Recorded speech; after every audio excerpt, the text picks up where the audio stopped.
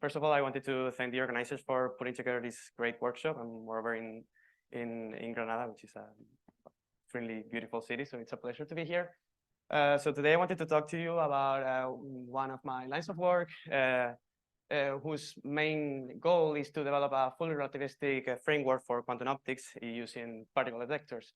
So the content of this talk is based on several works done in collaboration with Eduardo Martín Martínez, Luis Garay, Héctor Maeso García, Daniel Grimmer, Irene Melgarejo Lermas, and Daniel Quiles Pastor.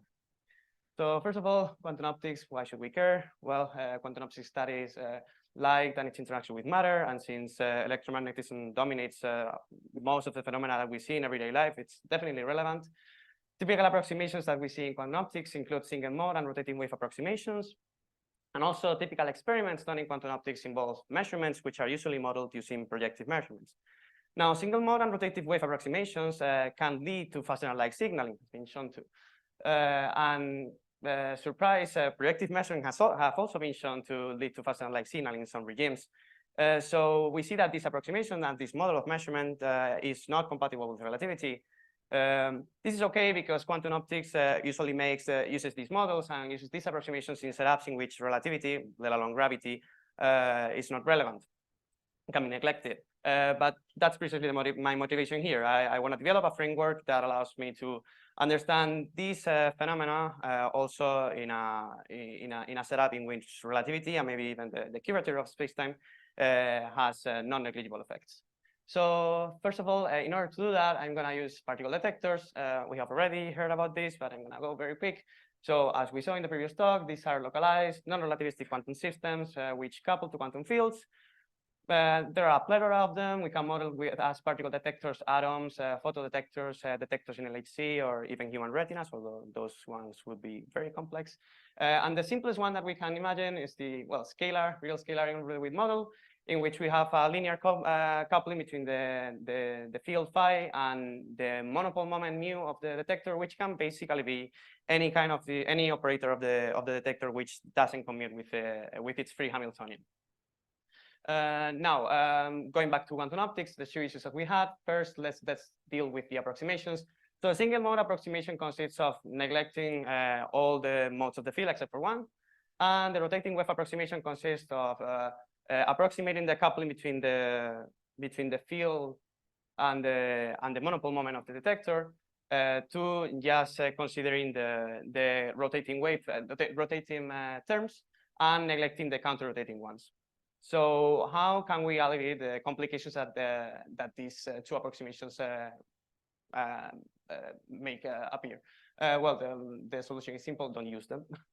But of course, in that case, maybe we'll have to deal with the full quantum electrodynamics, maybe even use the full model for the hydrogen atom, and that can be kind of messy. So one way out that particle detectors give us is considering in particular a scalar quantum field and a Unruh-DeWitt model, which is particularly simple.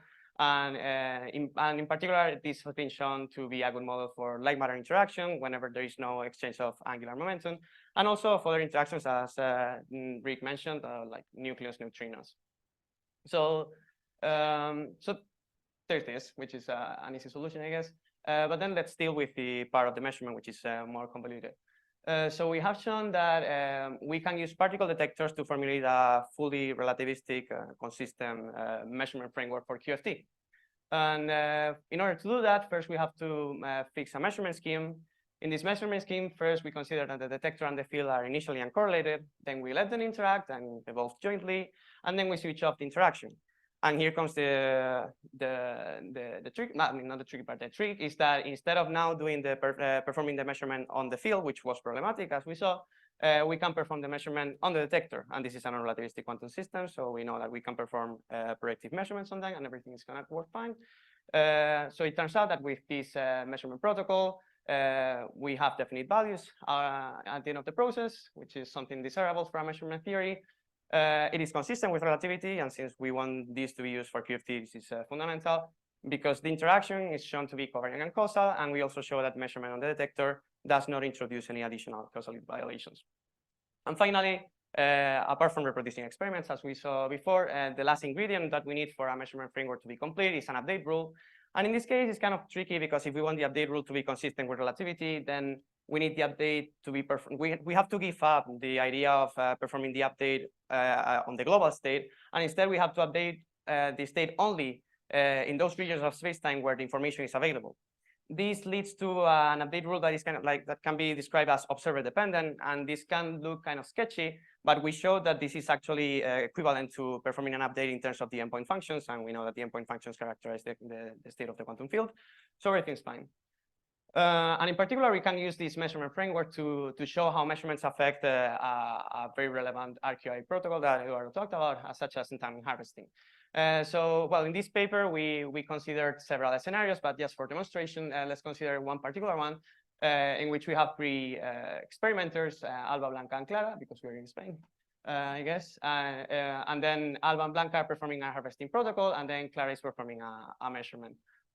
So we saw that we identified three regimes that depend on the coupling strength lambda and this parameter epsilon, which is just the modulus of the scalar product between the ground state of Clara's detector, which is assumed to be the initial state, and S, which is the state associated to the outcome of her measurement.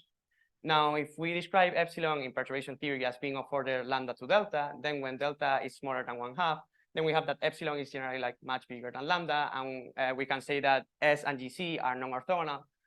We describe this as the non-orthogonal regime. And in this case, we see that the measurement has no effect at leading order on the time harvested.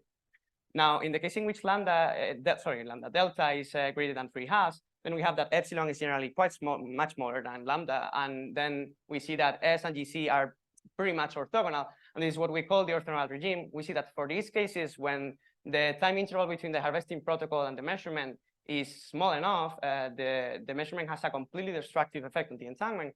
And there is no entanglement harvested whatsoever. As we increase the time interval, then we start getting some entanglement harvested, and eventually it converges towards the actual value that we get when there's no measurement whatsoever. And that's good. That's desirable because if we want to like prepare an experiment or something for entanglement harvesting, we want to make sure that measurements that we might have performed before are not affecting or current experiment if the measurement was performed long enough ago. And then there is also a transition regime, which is interesting because depending on a phase characterizing the state S, we see that there are some regimes in which there are enhancements of the of the entanglement harvested. Although this enhancement is also very small, so yeah.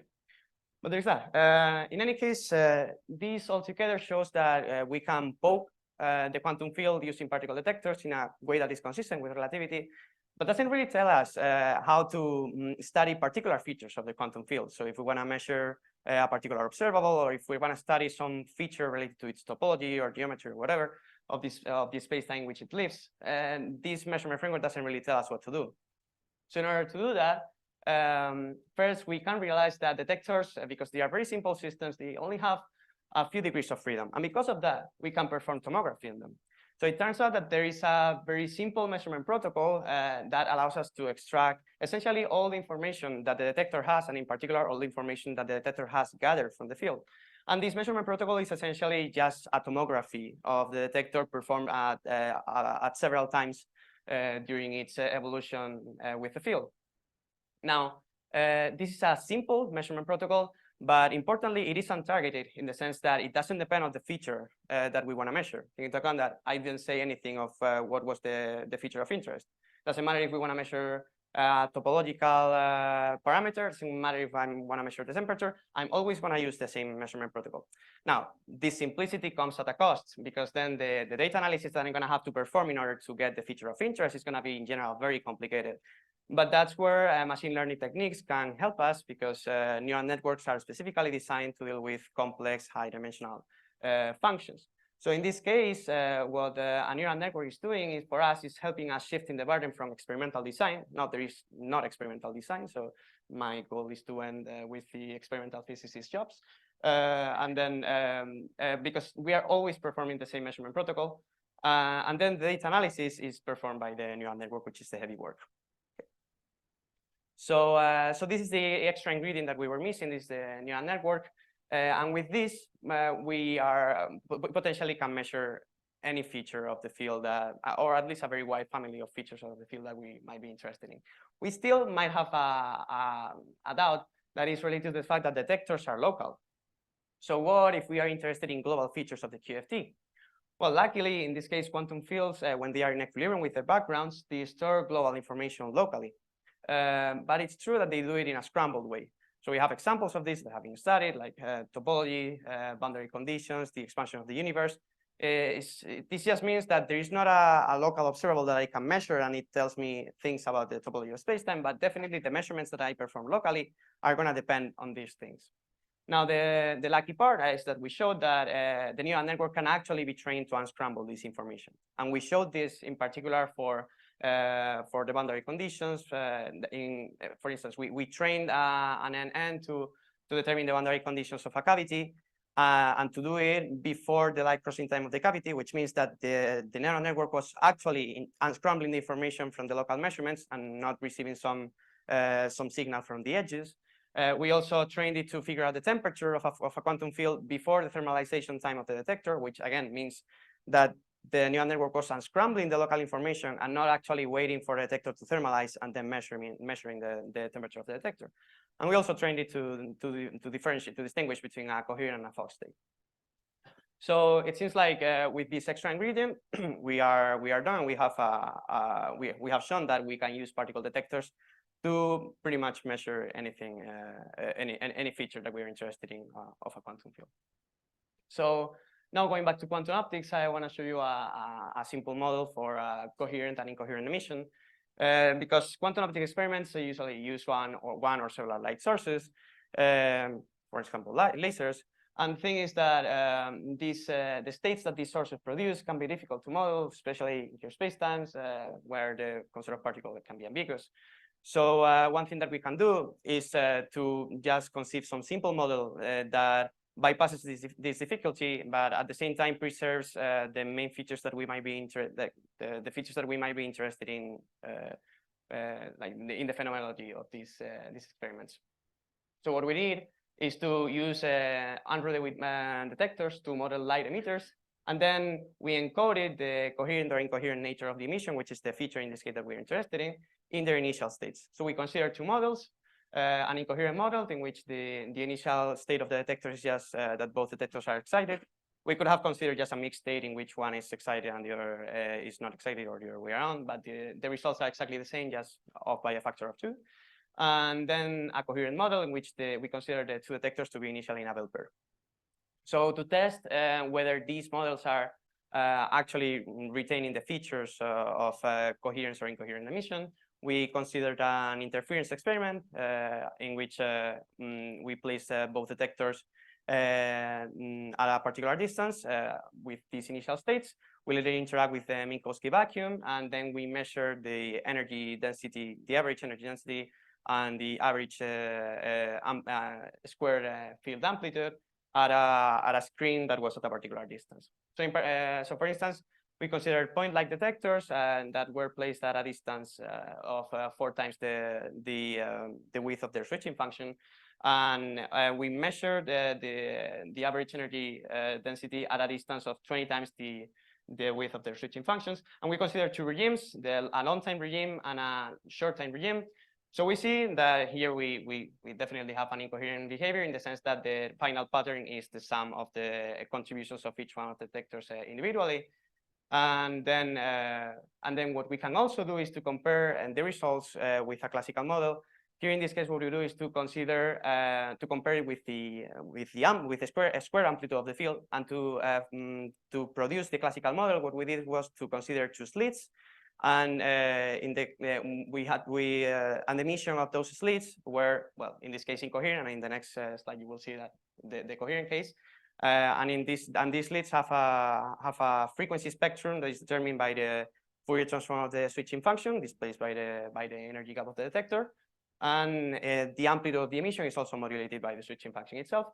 So when we compare the classical model and our model, our model is the yellow line and the classical model is the blue line. So we see that in the long times regime, both models perfectly coincide in the incoherent case. And then in the short time regimes, which is when we would expect some the quantum effects to show up, then we get some difference, we get some corrections.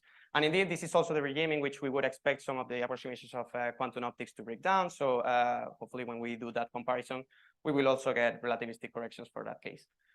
And in the coherent model, if we consider the bell pair, then we can do exactly the same. And indeed, here we have a coherent behavior because we get the interference. And definitely, the pattern is not the sum of the individual contributions. In the long times regime, we actually get an interference pattern. In the short time regime, the interference pattern is smeared out. But in any case, we still get a coherent behavior. And then if we perform the same comparison as before, then we see that in the long times regime, the behavior is very similar between both models, but they don't coincide. And then in the short time regime, we still get a bigger difference. The reason why here we don't have a perfect match, unlike in the other case, is that since we picked a bell pair, there is not really a perfect analog. There's not a classical analog for our model. But in any case, remember that what we were trying to keep was the main features that we could be interested in. And this definitely has the main features that we want to keep, which is the coherence. Notice in particular that, for instance, the minima and the maxima are in exactly the same place as in the classical model. And yeah, definitely this is keeping the features, the coherent behavior that we want to use. So yeah, that is it. So well, that's it for my talk. Hopefully these are the messages that I want you to take home. First of all, particle detector models allow us to build a consistent measurement theory for quantum fields. Second of all, we saw that neural networks allow us to use detectors to measure a wide range of features of a quantum field. And third, we saw a simple model for coherent and incoherent emission, which could be built from Unruh-DeWitt detectors using appropriate initial states. And the important takeaway is that these are all the ingredients we need for a fully relativistic study of quantum optics experiments, which will provide relativistic corrections to the quantum non-relativistic results, and hopefully will allow us also to investigate the effects of space-time curvature on the outcomes of these experiments. Thank you very much for your attention.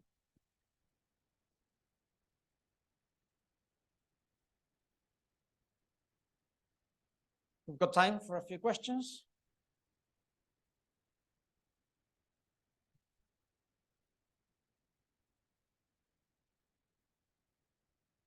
No questions?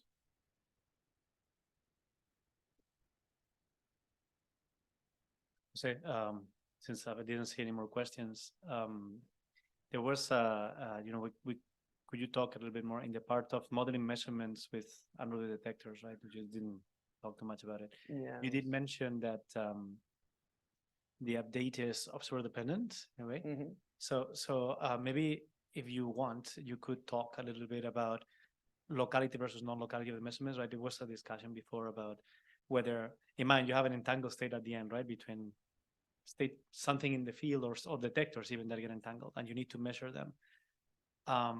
When you measure and update the state, are you still being local? Is it a problem with locality or not? Maybe you can discuss a little bit about that or how you see it. Mm-hmm. I mean, so here in this topic, I think my stand on it is that there is locality is preserved. There is no need for a collapse. In fact, one of the points of Sorkin's work was precisely to rule out projective measurements because even like it's funny because projective measurements, when you use them in quantum field theory, you don't even need them you don't even need to perform the update in order to get violations of causality. Even if the measurement is non-selective, which means that we're just talking about the mechanism that performs the measurement and not even updating the state according to the outcome. It's like not looking at the outcome, just performing the operation that we are using the measurement that we are modeling the measurement with. And in that case, you already get causality violations. So projective measurements are definitely not a good model for anything related to measurements in quantum field theory. So in that sense, since collapse comes from that kind of thing, it's definitely not something that we should use in quantum field theory whatsoever. Any kind, and all the measurement frameworks that have been proposed, this is not the only one. Well, since I wanted to give a scope of the whole line, I went fast. I didn't go through the details of most of the parts, but for instance, this is one of the approaches that we can have for measurement frameworks, but that is using particle detectors. But there are also other ones which are, for instance, using other quantum fields as probes for those measurements, which is the framework that Fuster, Birk, and collaborators work on. And that framework also doesn't have any kind of collapse. Everything evolves unitarily because it is assumed, this is maybe a reductionist approach to physics, but it is assumed that fundamentally it can all be described in the end. It cannot be reduced to that kind of interaction, so that indeed everything can be dealt with in a unitary way. So, and you have an experiment with two atoms, they interact with the field. Or two detectors, right? You mean that, like, So, yeah, they get entangled, right? And then you need to measure, you need to violate Bell inequalities to check that they're entangled. How in this measurement formalism, how would that work? Oh yeah, sorry. Because that was sorry, yeah, I didn't understand the question. Sorry. Yeah, so the observer dependent update, basically what it means is that in order to evaluate the outcome of any measurement, you're gonna have to, in the end, process the information from the measurements that you have performed in a common place, let's say, like in an information processing region. So in particular, if you have two detectors like this that are entangled and you want to check that the Bell inequalities have been violated, then in particular, you're going to have to perform measurements that can be space-like separated or whatever, but then the information has to be carried over to a common place in which you have to check whether they coincide or not. But at first, you are allowed to update only the state of the field related to that is related to the measurement that you performed on the detector. Just on the causal future of that measurement, the update of the state of the field for the information that you got from the other measurement can be updated only in the causal future of that measurement, and then eventually, of course, you're going to have to process all that information in a common place, and that's why you don't, like, you can still analyze the information and you're still going to have correlations, but you don't need to have any violation of causality related to collapse whatsoever, because you can still carry out the updates just along the causal future. Okay, so